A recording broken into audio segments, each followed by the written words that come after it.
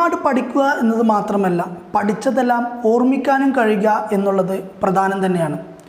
ഓർമ്മശക്തി മെച്ചപ്പെടുത്താൻ സഹായിക്കുന്ന 4 പ്രധാനപ്പെട്ട ഭക്ഷണങ്ങളെക്കുറിച്ചാണ് പറയുന്നത്.